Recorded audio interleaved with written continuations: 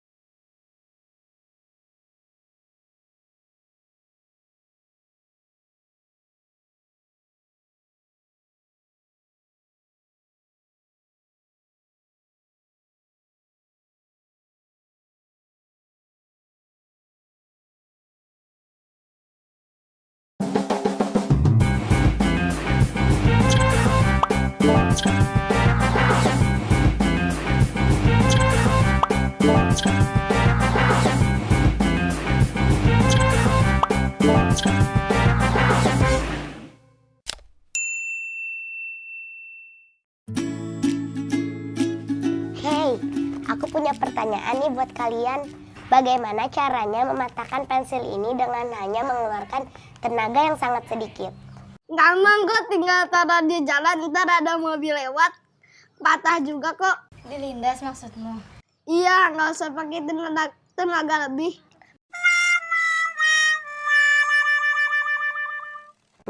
Oke lah, kita tampung dulu ya. Kalau kamu Nala bagaimana caranya? Itu mah kecil, tunggu dulu ya.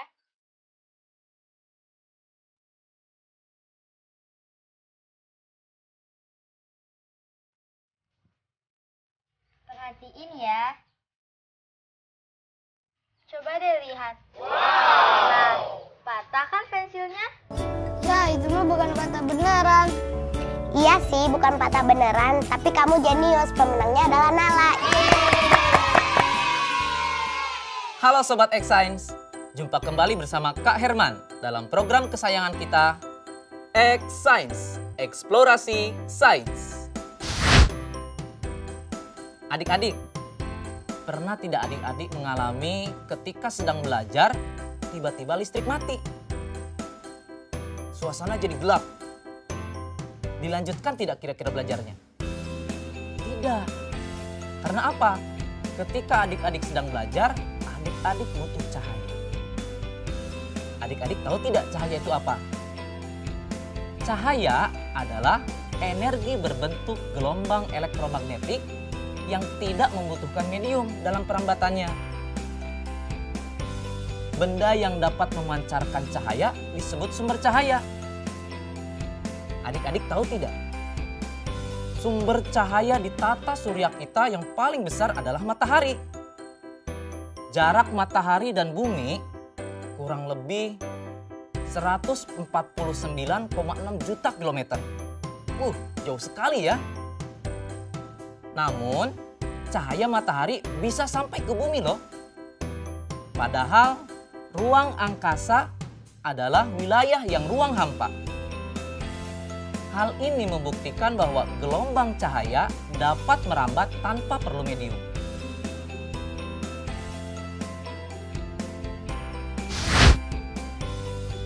Ternyata cahaya juga memiliki berbagai sifat loh. Apa saja sih sifat-sifat cahaya? Yang pertama, cahaya merambat lurus. Adik-adik pernah tidak berada dalam suatu ruangan? Di ruangan tersebut ada sebuah celah. Dari luar ada tampak berkas cahaya yang masuk ke dalam ruangan. Kalau kita perhatikan, berkas cahaya tersebut lurus, tidak bengkok. Betul tidak? Yang kedua, cahaya dapat dipantulkan. Contohnya, di suatu ruangan gelap, senter dinyalakan. Senter tersebut kemudian diarahkan ke cermin. Ternyata cahaya memantul ke arah yang berlawanan. Artinya cahaya dapat dipantulkan.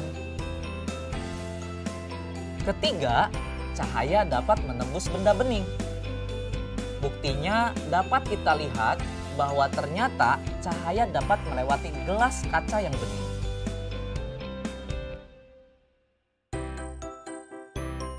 Keempat, cahaya dapat dibiaskan. Contohnya adalah pensil terlihat patah saat dimasukkan ke dalam gelas bening yang berisi air. Kelima, cahaya terdiri dari berbagai warna. Adik-adik harus tahu bahwa cahaya matahari sebenarnya berwarna putih. Cahaya putih matahari saat mengenai tetesan air hujan akan mengalami penguraian menjadi berbagai warna cahaya. Contohnya adalah pelangi. Hal ini menunjukkan bahwa gelombang cahaya dapat diuraikan menjadi berbagai warna. Bagaimana Sobat X-Science? Ternyata begitu ya sifat-sifat cahaya itu. Unik sekali kan? Saatnya kita bernalar. Yuk, mari kita bernalar ya. Teman-teman kalian bermain tebak-tebakan. Mereka menyeting kardus sedemikian rupa sehingga ketika mata dadu diletakkan di ujung corong kardus, mata mereka yang berada di ujung corong kardus satunya lagi tidak dapat melihat dadu tersebut, seperti yang terlihat pada gambar berikut ini. Agar mata dapat melihat dadu, mereka menebak jumlah minimal cermin yang dibutuhkan.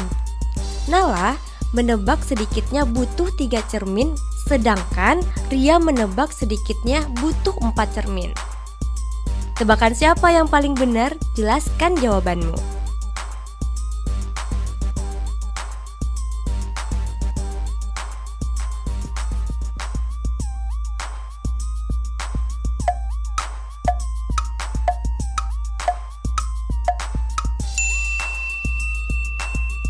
Tebakan yang paling benar adalah tebakan Ria. Mengapa demikian? Perhatikan gambar berikut ini. Paling sedikit butuh 4 cermin yang dapat memantulkan bayangan dadu hingga terlihat oleh mata mereka. Posisi cerminnya terlihat seperti pada gambar.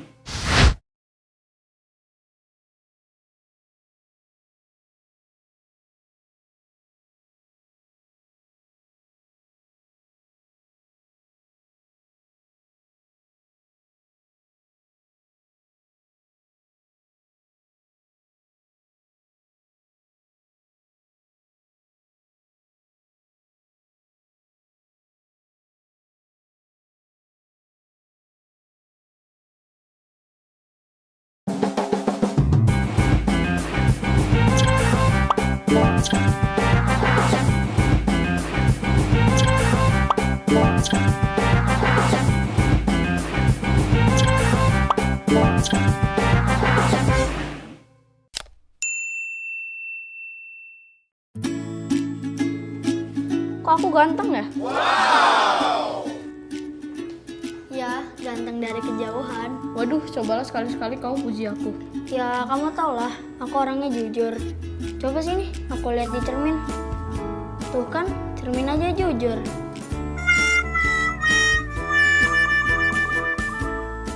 Tapi iya ya, bayanganku kok sama kayak aku. Yah, mati lampu. Nyalain senter HP dong. Kan nggak terlalu gelap, kamu takut ya? Wah, ternyata ada yang lebih jelek daripada aku. Siapa? Ya kamu, itu bayanganmu hitam. Kamu ini. Halo Sobat X-Science, jumpa kembali bersama Kak Herman dalam program kesayangan kita, X-Science, Eksplorasi Sains. Adik-adik, tentunya adik-adik suka bercermin kan? Kira-kira bagaimana tampilan adik-adik di cermin? Atau ketika adik-adik sedang berjalan di siang hari, adik-adik suka merasa ada yang mengikuti, padahal tidak ada orang lain selain adik-adik. Kira-kira apa ya namanya itu? Nah, adik-adik, jika adik-adik pada siang hari sedang berjalan sendirian, seolah-olah ada yang mengikuti, itu namanya bayang-bayang. Tapi ketika adik-adik bercermin, ada tampilan adik-adik di cermin, itu namanya bayangan. Jadi, bayangan adalah gambar yang dibentuk oleh pantulan cahaya dari cermin atau pembiasan lensa. Bayangan ini menyerupai bentuk asli dan berwarna. Sedangkan bayang-bayang adalah ruang yang tidak terkena cahaya karena terlindung oleh benda. Tahukah adik-adik, bayangan suatu benda mempunyai sifat tertentu loh. Kakak kasih ilustrasi ya. Jika adik-adik bercermin di cermin yang datar, bayangan yang terbentuk seperti apa kira-kira? Kemudian, jika melihat ke kaca spion, bayangan yang terbentuk bagaimana? Lalu, jika adik-adik melihat ke bagian sendok makan yang terbuat dari logam, bayangannya kira-kira bagaimana ya? Nah adik-adik, dari ilustrasi tersebut, ternyata sifat bayangan suatu benda itu berbeda-beda, bergantung pada cermin yang digunakan. Yang pertama, bayangan itu bisa tegak. Apa itu bayangan yang tegak? Bayangan tegak adalah bayangan yang posisinya tegak, seperti bendanya. Yang kedua, bayangan itu bisa terbalik. Artinya, bayangan tersebut posisinya terbalik dengan bendanya. Yang ketiga, ukuran bayangan. Jika dibandingkan dengan objeknya, ternyata itu juga berbeda. Ada yang sama besar, ada yang diperbesar, dan ada juga yang diperkecil.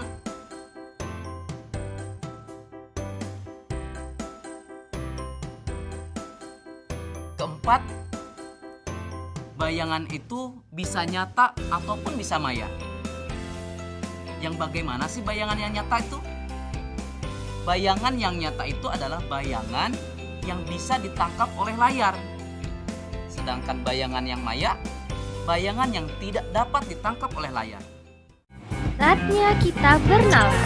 Yuk, mari kita bernalar ya. Sebuah senter diletakkan pada titik A dan tinggi bayang-bayang buku pada layar setelah diukur adalah 30 cm.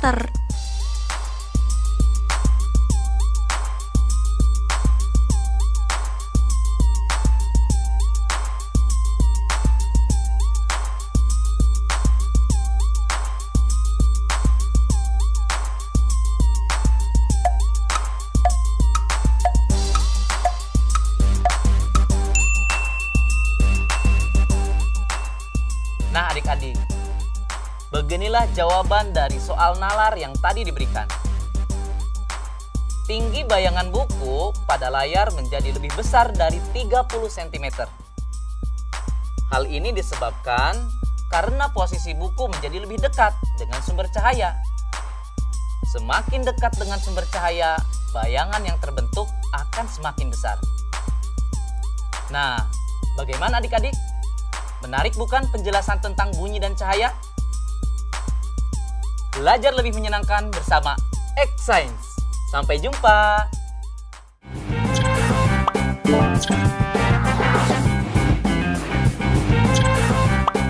Thank you.